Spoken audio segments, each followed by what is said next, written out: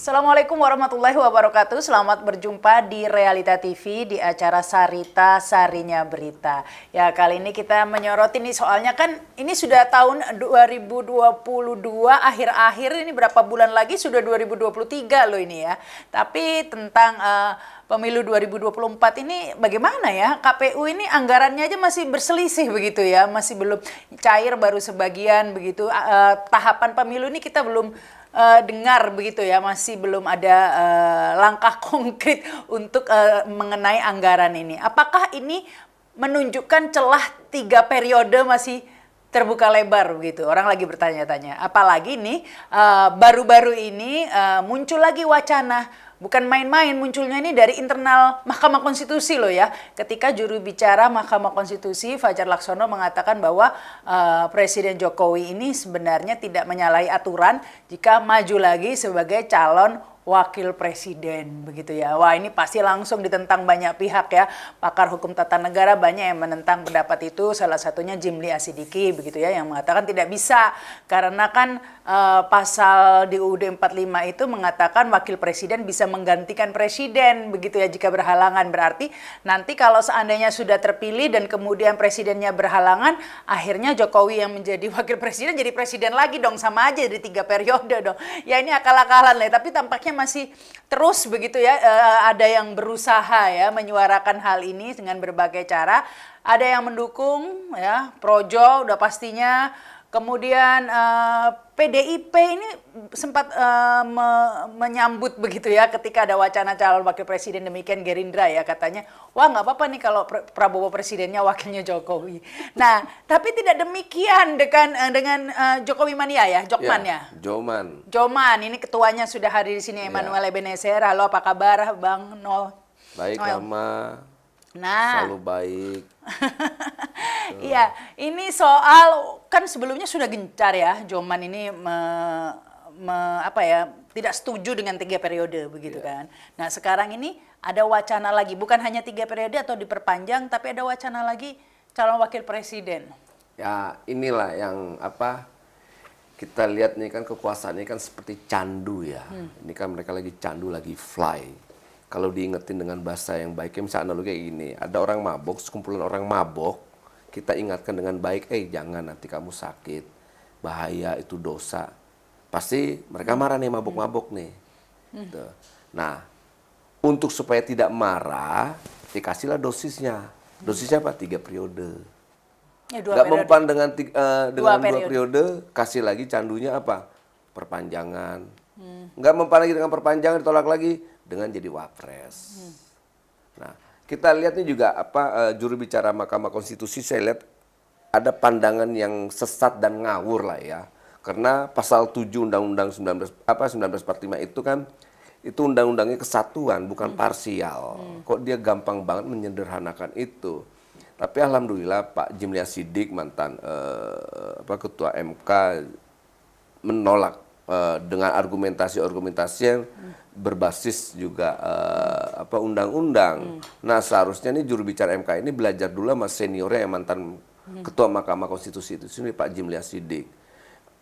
Kita nggak mau demokrasi kita disesatkan lagi dengan para gerombolan-gerombolan pemabuk kekuasaan ini. Ini kan para bajingan nih, orang-orang ini yang tidak mengerti soal demokrasi. Mereka hanya paham bagaimana mendapatkan uang gitu. Tapi tunggu, ditegaskan dulu. Tapi Joman ini masih tetap mendukung Jokowi nggak sih?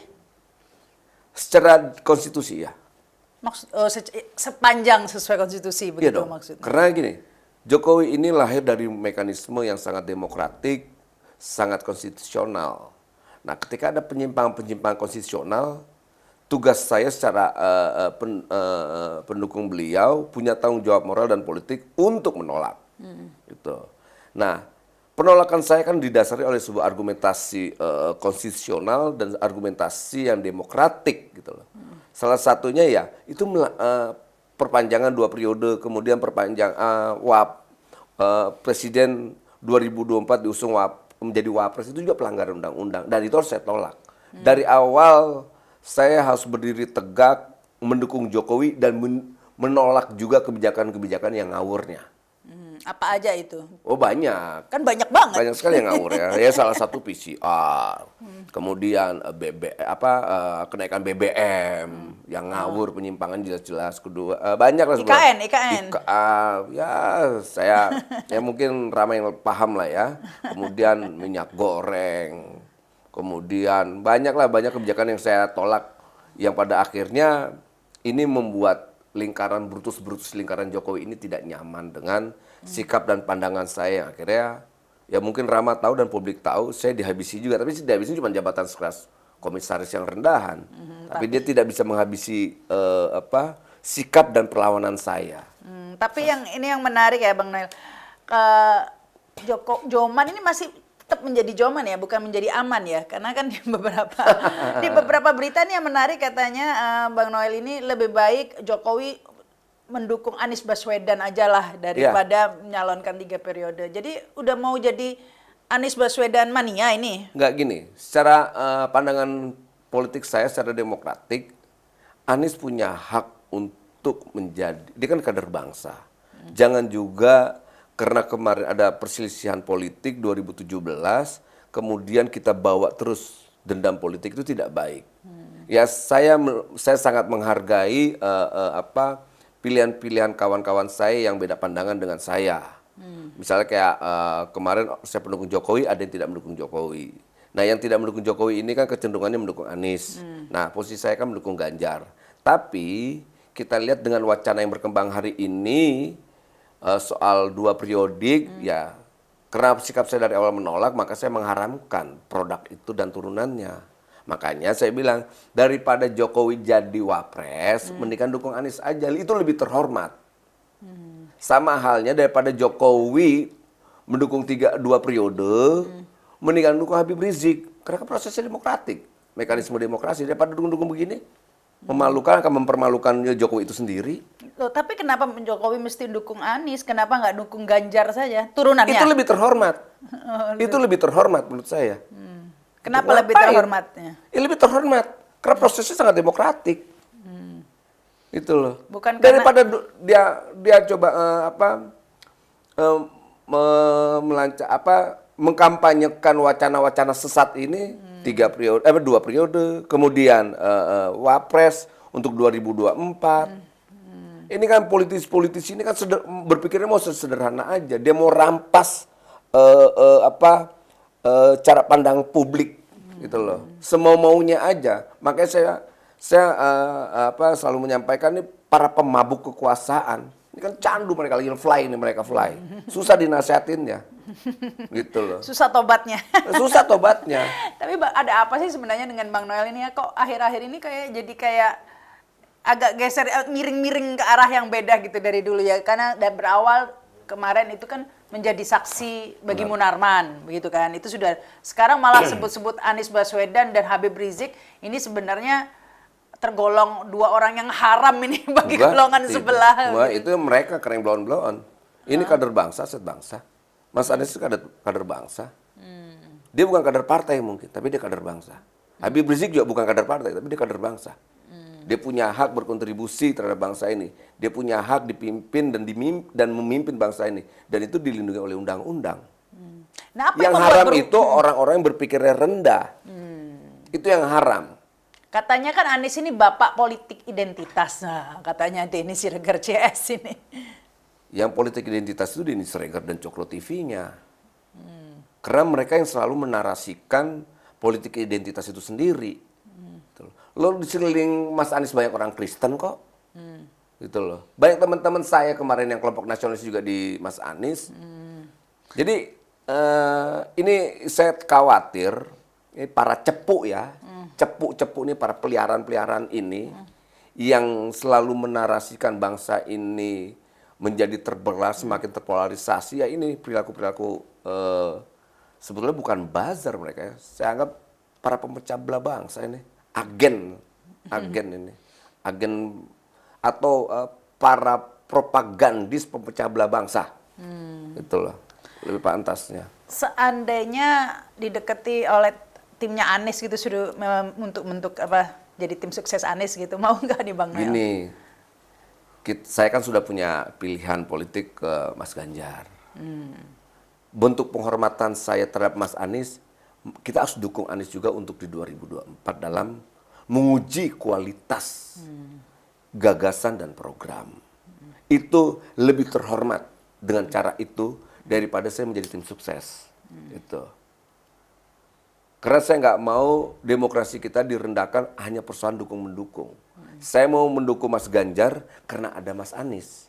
Saya mau mendukung Mas Anies karena ada Mas Ganjar. Jangan karena saya mendukung Ganjar benci dengan Anies. Itu bahaya. Nah ini kan kelompok-kelompok apa ini ya? Pecundang-pecundang ini mendukung Ganjar itu karena ada kebencian terhadap Anies. Nah, saya nggak mau, makanya saya bilang, kalau seandainya seperti itu saya tidak mau dukung Ganjar. Saya lebih memilih dukung Anies. Karena jangan juga demokrasi kita ini ketika masuk dalam kontestasi 2024 nanti, karena dendam, kebencian, masih ada kadrun cebong, dan sebagainya, kopar kapir, pegel kita. Gitu loh. Nah makanya kita butuh orang-orang yang punya kesadaran demokrasi yang baik, demokrasi yang mapan. Nah kayak Rama, saya dan kawan-kawan saya yang lain yang di Anies, di Mas Ganjar. Ini resah kita dengan perilaku orang-orang ini. Gitu loh. Ya itu yang apa yang membuat Bang Noel ini agak beda ya dengan ya bisa dikatakan cebong-cebong yang lain lah ya. Karena kan biasanya mereka itu selalu mengangkat-angkatan itu kalau nggak politik identitas. Kadrun varian baru. Kadrun varian baru betul. Kalau nggak politik identitas itu calon mayat dan ayat. Nah, itu kan yang diulang-ulang sebenarnya di-recycle terus itu ya radikal. Radikul. Ya seperti itu. Nah, ini apa yang kemudian membuat tidak ingin mengikuti itu tuh tidak mau ikuti alur seperti itu apa ya? Pertama gini, sejarahnya harus kita lihat dulu. Ini kelompok-kelompok ini kan kita nggak tahu sejarahnya dari mana. Itu kita nggak tahu secara politik siapa mereka, ideologinya apa, gitu lah. Tiba-tiba mereka dapat ruang di publik, itu pun kan hanya di media sosial. Di media-media mainstream utama kan mereka sangat ditolak lah ya, kita lihat ditolak. Karena memang nggak mungkin kayak media-media arus utama ini bisa ditipu dengan logika-logika sesat mereka. Itu. Mereka juga hanya punya keberanian mengkomunikasikan gagasannya aja dalam ruang-ruang mereka doang. Mereka kan tidak berani. Ayo debat publik, misalnya ke lawan mereka yang berbeda, kan mereka hanya kelompok monolog, mempropagandakan gagasan-gagasan sesatnya dengan cara monolog. Dari kita untuk kita. Dari kita untuk kita, udah gitu. Itu nggak fair. Mereka cuma mau lihat dari sudut pandang mereka, dan kita tahu mereka tidak punya pandangan logika yang bagus karena pandangan yang pesanan yang sudah dinarasikan, lantas mereka ngeblasing. Nah ini ada reaksi apa nih ketika beritanya ramai ya, saya baca di Tempo, di macam-macam lah ya beritanya bahwa Immanuel Ebenezer begitu yang mengatakan Jokowi lebih terhormat kalau mendukung Anies.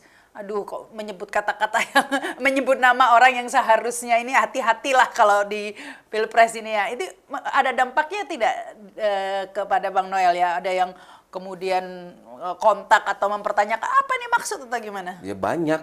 Karena saya berhadapan dengan orang-orang bodoh. Ya, karena mereka tidak paham tentang pesan yang saya sampaikan. Itu loh. Memang orang-orang besar itu ketika menyampaikan sebuah gagasan, pernyataan, kalau orang bodoh tidak akan nyampai. Gitu. Hanya orang punya kecerdasan, hati yang baik, baru bisa mencerna. Kalau orang yang masih benci, hal yang baik kan susah untuk dicerna. Dan lagi yang lebih mengagetkan lagi pakai nyebut-nyebut ini lagi, Habib Rizik lagi, lebih baik dukung Habib Rizik. Apa maksudnya nih? Kan tahu kan Habib Rizik itu sebagian orang menganggap sangat radikal gitu loh. Nggak sedikit itu menurut pandangan Bang Noel. Saya sampai detik ini nggak pernah memandang Habib Rizik itu radikal. Habib Rizik itu sosok ulama yang punya sense of humoris. Gitu. Saya lihat kawan-kawan saya Munarwan, saya lihat kawan-kawan FPI. Kalau mereka radikal sudah diledakin tuh rumah saya tuh udah dibom tuh. Ahok aja Pilpres aja hidup aja itu sampai detik ini nggak dihancurin, nggak dibunuh.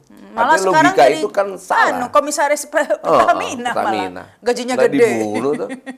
Itu makanya ya narasi-narasi sesat kayak begini harus kita lawan dengan kesadaran-kesadaran yang kita miliki. Makanya ya penting penting adanya kalau seandainya kita coba melawan mereka dengan narasi-narasi yang rasional lah. Makanya saya berharap nanti kalau seandainya ada para pendukung Anies, ayo kita satu aja dengan para pendukung Ganjar. Kita ketawainnya mereka-mereka yang buzzer-buzzer bajingan ini. Itu loh. Jadi statement Bang Dul itu sengaja memancing mereka orang-orang itu untuk berpikir lebih secara terbuka begitu mungkin maksudnya Iya, statement itu. pertama dikeluarkan. terbuka harus lebih berpikir lebih apa demokratik lah ya. Gitu loh. Kalau gini, kalau berpolitik kita senang ya ketika ada masyarakat punya kesadaran politik. Itu udah plus. Yang kita butuhkan lagi naikin lagi ya kesadaran demokratiknya. Jadi Ketika ada sebuah perbedaan itu hal yang lumrah. Gitu loh. Jadi nggak perlu sampai terlalu antipati begitu ya. Ya nah itu yang kita khawatirkan. Kok beda kemudian kita harus bermusuhan. Ini kan logika kombatan, logika tentara, logika apa tuh? Logika yang kalau tentara itu kalau musuhnya gitu kan. Kita nggak mau pakai logika itu. Kita masyarakat yang sudah menerima sistem demokrasi, berpikirlah secara demokratik. Setiap perbedaan itu sebuah hal yang lumrah atau sunatullah lah ya. Banyak nggak ini kawan-kawan Bang Noel yang kemudian mengikuti jejak Bang Noel untuk mulai berpikir lebih demokratis ini ya, mulai sadar lah istilahnya ya, karena ngelihat kan buzzer ini tambah parah nih. Kemarin Eko Kuntuadi sampai berbeda pendapat soal tafsir Al-Quran harus mentolol-tololkan orang begitu, which is orang itu adalah putri dari pondok pesantren Lirboyo begitu ya. Nah ini ada kemudian yang berpikir seperti Bang Noel ini ada lagi nggak begitu ya teman-teman yang dulunya mungkin dari kubu sebelah gitu? Ya tugas saya adalah mencerdaskan mereka. Kalau tidak cerdas juga pilihan begini, kalau mereka memilih bodoh ya kita pelihara aja kebodohannya. Ngapain lagi kita sudah mengajarkan dengan capek ya sama kayak beginilah analogikanya. Kayak Tuhan memberi kita kesejahteraan, memberi kita nikmat, tapi kalau umatnya nyemplung ke empang bunuh diri mau gimana? Dia lebih memilih bodoh, ya biarin aja bodoh. Gitu loh. Nah ya sejauh ini belum berhasil ya Bang ya, karena Bukan belum berhasil begini. Ya kita harus menularkan juga hal yang positif ke publik. Gitu. Soal mereka mampu mencerna, lantas bisa mencerna, tapi alhamdulillah dampak saya ngebela Munarman setelah saya dipecat, kemudian mereka sudah sadar maksud dan tujuan saya. Gitu loh. Akhirnya mereka minta maaf. Banyak kawan-kawan saya itu minta maaf. Bro, sorry bro, saat itu emosional. Tapi saya bilang ya nggak apa-apa, saya bilang emosional. Gue dipecat nih.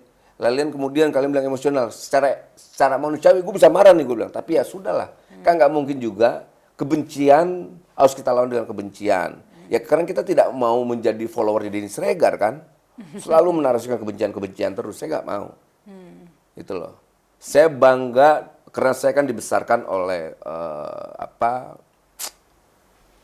kawan-kawan dari mentor saya kan banyak juga dulu kiai ya.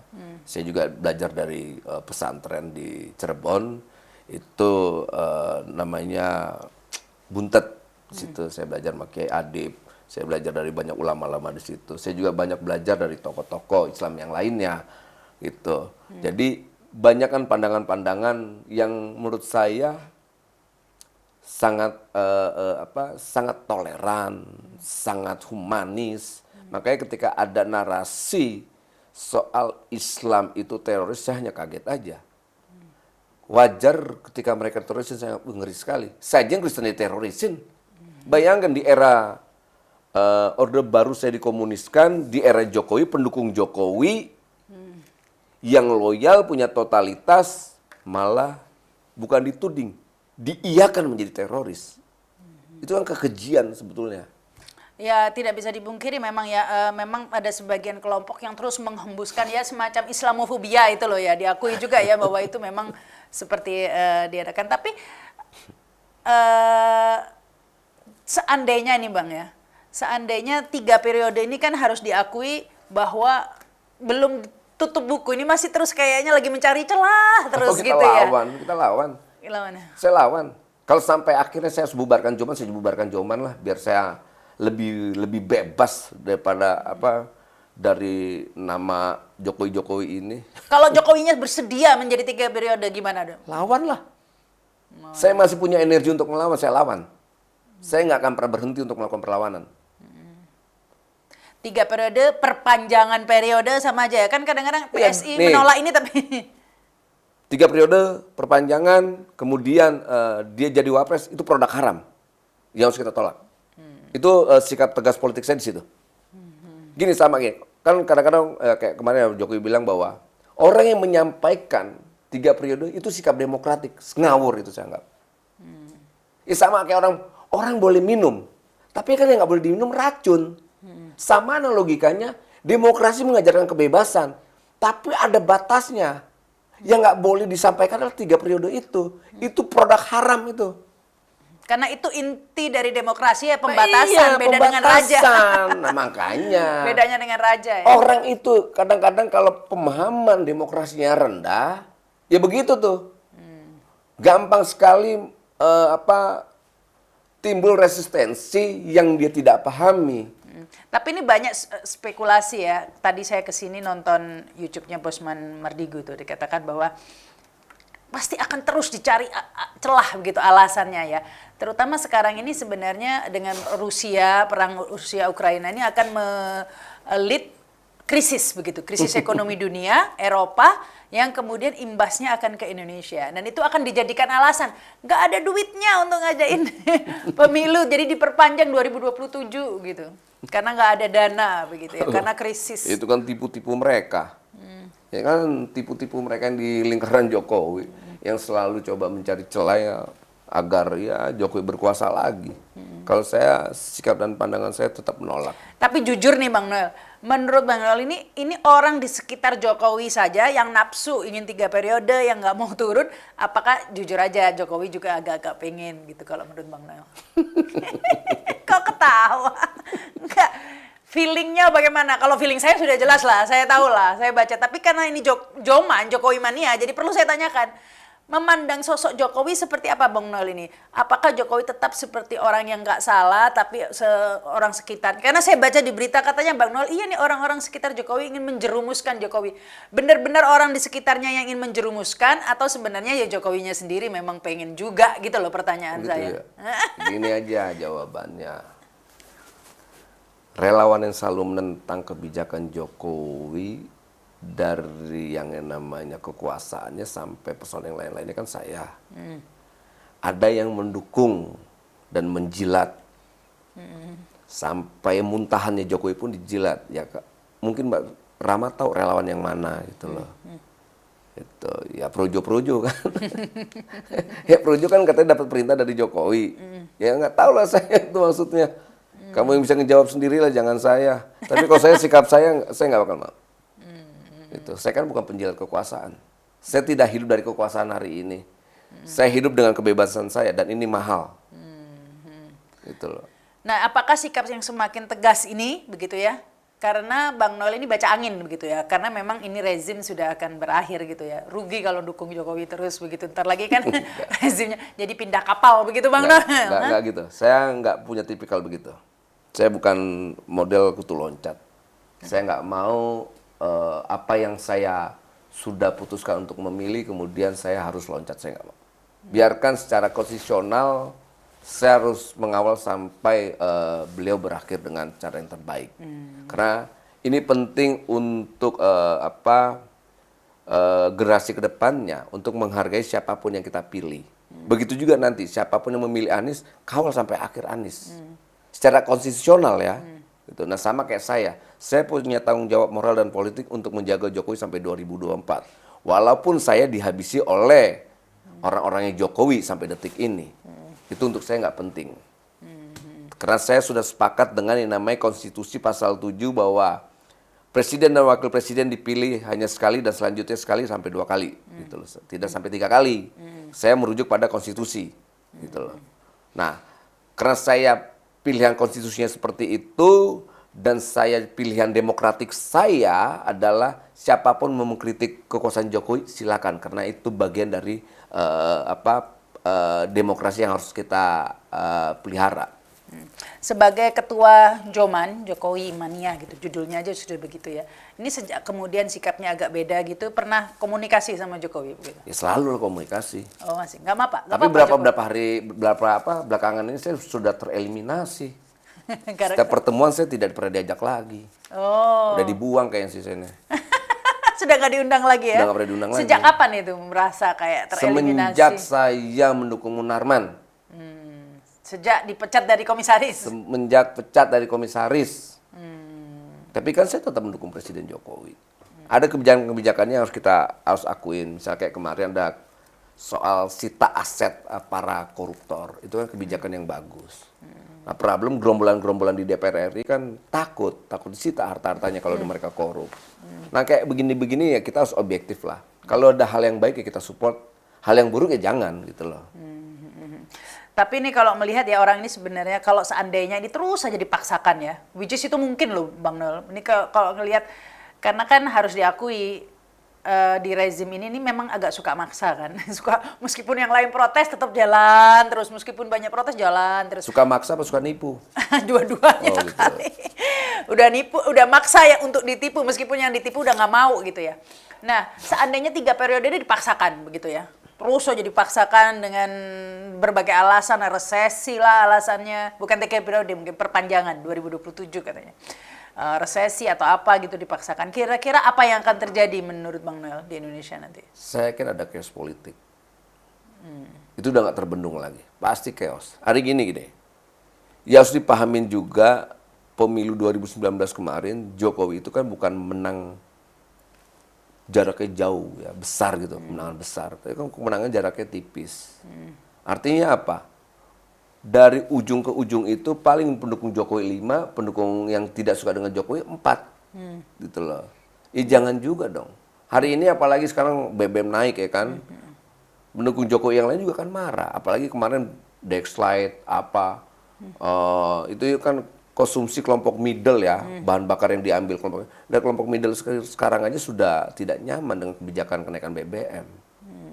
Gitu loh. Ya kayak orang yang pakai Fortuner. Kan selama ini kan lucu. Ini rezimnya Pak Jokowi selalu menyalahkan kelompok orang kaya. Orang kaya itu hitungannya berapa sih?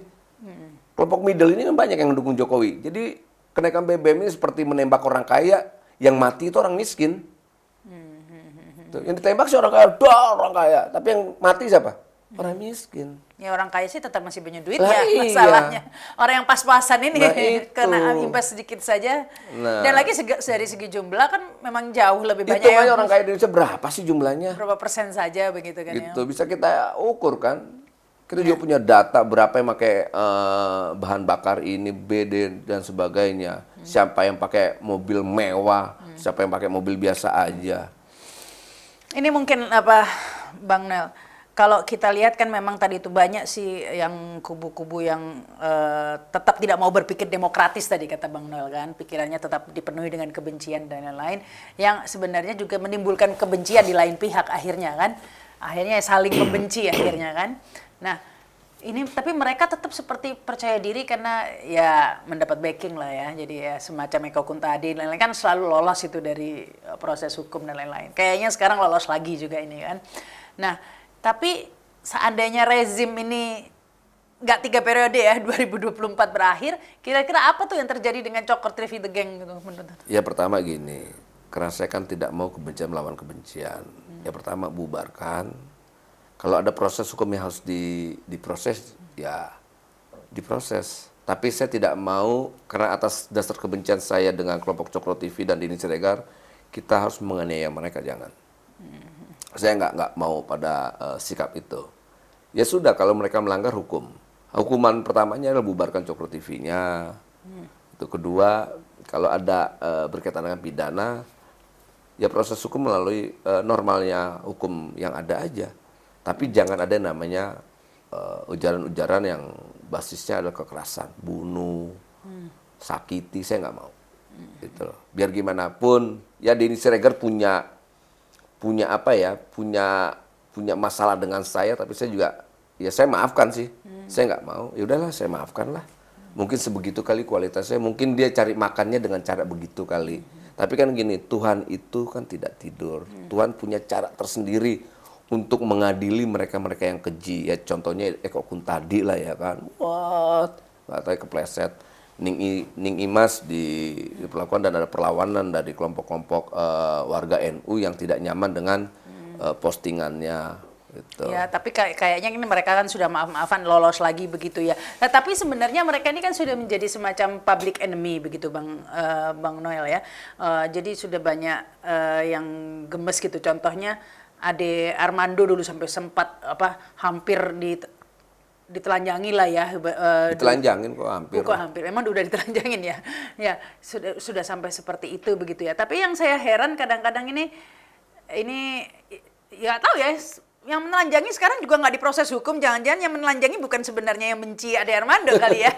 Lah iyalah, kita udah tahu itu siapa yang pertama provokasi kok. Tapi begini, Rama, kejadian itu kan kejadian demonstrasi yang menolak 3 periode. Semua ramai-ramai orang datang 3 periode, penolakan resistensi terhadap gagasan 3 periode itu. Ade Armando itu menolak. Tapi ada hal yang tidak bisa ditolak juga di dalam kejadian itu. Apa? Kebencian akut yang dilakukan oleh kawan-kawan dari Cokro TV yang selalu menarasikan kebencian, mengeskalasi pertikaian. Yang akhirnya apa? Mereka coba merusak alam sadar publik. Ketika mereka lihat mereka ya pukul aja udah.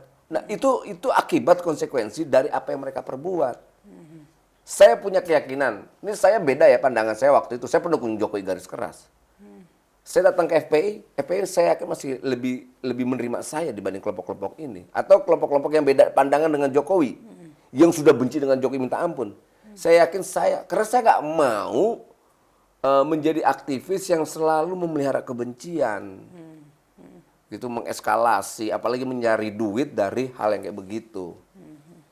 Gitu. Jadi ini yang terakhir mungkin ya memang mau nggak mau ini kalau menurut Bang Noel dan lain-lainnya pasti banyak yang mendukung bahwa harus 2024 ini ya pemilu ya. Oh iya dong, 2024 harus. Pertama karena saya sebagai pendukung Ganjar, saya akan menyukseskan Ganjar dengan ide dan programnya. Begitu juga saya akan mendukung Anies untuk maju. Karena apa? Biar gimana pun menunjukkan kualitasnya Ganjar harus ada Anies, menunjukkan kualitasnya Anies harus ada Ganjar. Ini kan sama-sama 2 tokoh bangsa, kader bangsa yang lahir dari apa? Pemerintah daerah. Yang satu gubernur Jawa Tengah, yang satu gubernur DKI. Ya sudah, uji prestasi aja, uji ide aja, gitu loh. Jadi nggak mau saya memilih Ganjar karena benci Anies, saya nggak mau. Gitu loh. Tapi tetap jadi loyal juga sekarang ini dengan Ganjar ya, tetap Ganjaris lah ya. Nggak Ganjaris, ngawur itu. Oh bukan ya? GP Mania. Oh Ganjaris, aduh lama ini. Mengidentikan saya dengan Cokro TV nanti lagi. Kebalik. Oh kebalik. tapi oh iya maksud saya itu. Eko Kun tadinya kan sudah dikeluarkan ya dari tim Ganjar itu dong. Ya, belum menghadapi perang sebenarnya udah TKO deh. Jadi tetap ini ya, tetap di Ganjar ya. Ya, saya tetap di Ganjar. Karena biar gimana pun itu kan pilihan politik saya dari awal. Kecuali nanti memang ada keputusan lain dari PDIP. Itu baru saya coba untuk mencari pilihan-pilihan politik saya ke depan. Kira-kira kalau ada kan ini sudah ngaku sendiri kan tadi udah mulai dieliminasi gitu ya. Dieliminasi, dihabisi, dan difitnah. Nah, kalau udah seperti itu, mulai ini kira-kira pilihan politiknya kemana nih? Saya pilihan demokratik saya nggak berubah. Tetap mendukung Pak Jokowi sampai akhir kekuasaannya. Kemudian saya mendukung Mas Ganjar. Tapi tidak juga harus membenci Mas Anies seperti yang kelompok-kelompok Jokower dan Hawker yang ngawur-ngawur itu. Jadi seandainya PDIP ada putusan lain tadi ya, mungkin ke Anies ya, gitu aja lah. saya yang ngucap deh. Inilah ketika saya mikir ini judulnya mesti nih, ketika Joman akan berubah menjadi aman. Anies Mania. Ya, thank you nih Bang Noel. Tentu kita apresiasi seandainya banyak orang yang nggak terlalu berpikir ingin memecah belah demi kepentingan ya. Karena memang ada orang yang mengambil keuntungan dari pecah belah ini kan pastinya. Sangat.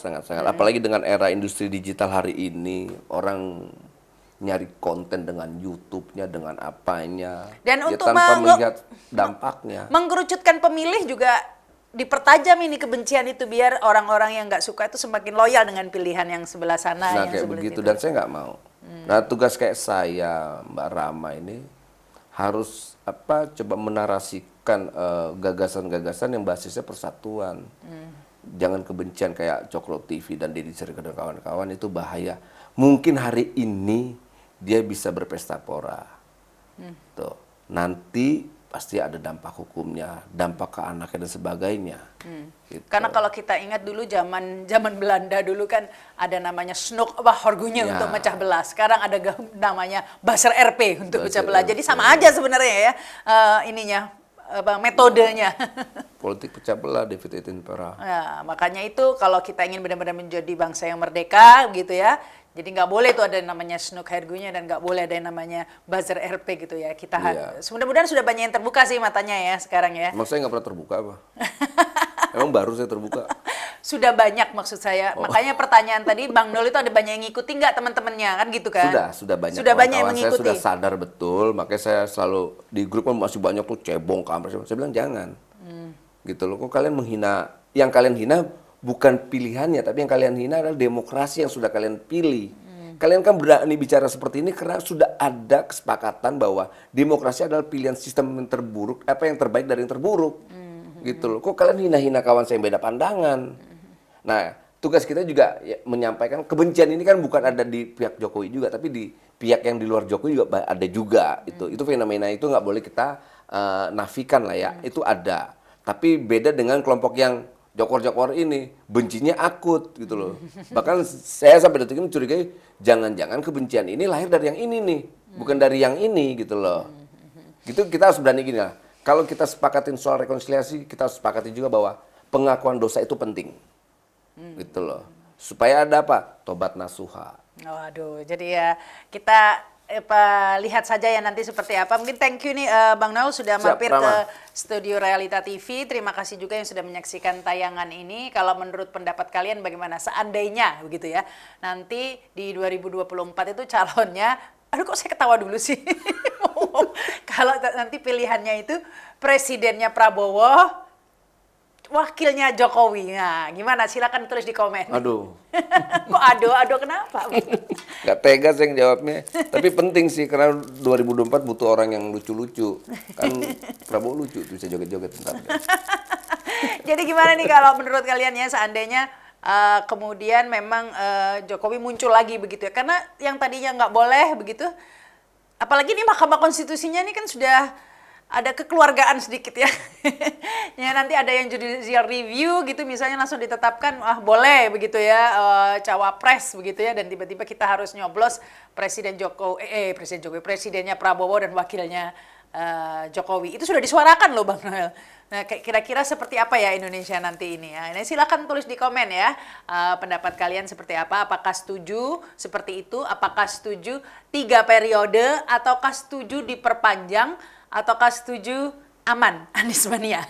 Ya siapapun lah, Anies kan biar gimana pun juga produk demokrasi yang harus kita dukung. Atau Gaman? Ganjar Mania? GP Mania. Oh, GP Mania sudah ya, Ganjar Pranowo ya. GP Mania. Siapa yang ngikutin 2024 berarti mengakui demokrasi kita. Kuatkan demokrasinya.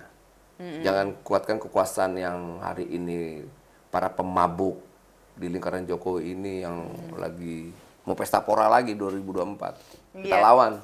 Iya, kayaknya terus mencari celah untuk kembali duduk di tahta gitu ya. Ini bukan kerajaan, bro. Ya udah waktunya turun. Iya dong, turun lah. Baik, thank you Bang Nol, thank you Siap. juga yang sudah menyaksikan tayangan Oke, ini. Rama. Saya Rahma Sarita. Wassalamualaikum warahmatullahi wabarakatuh. Sampai jumpa. Waalaikumsalam.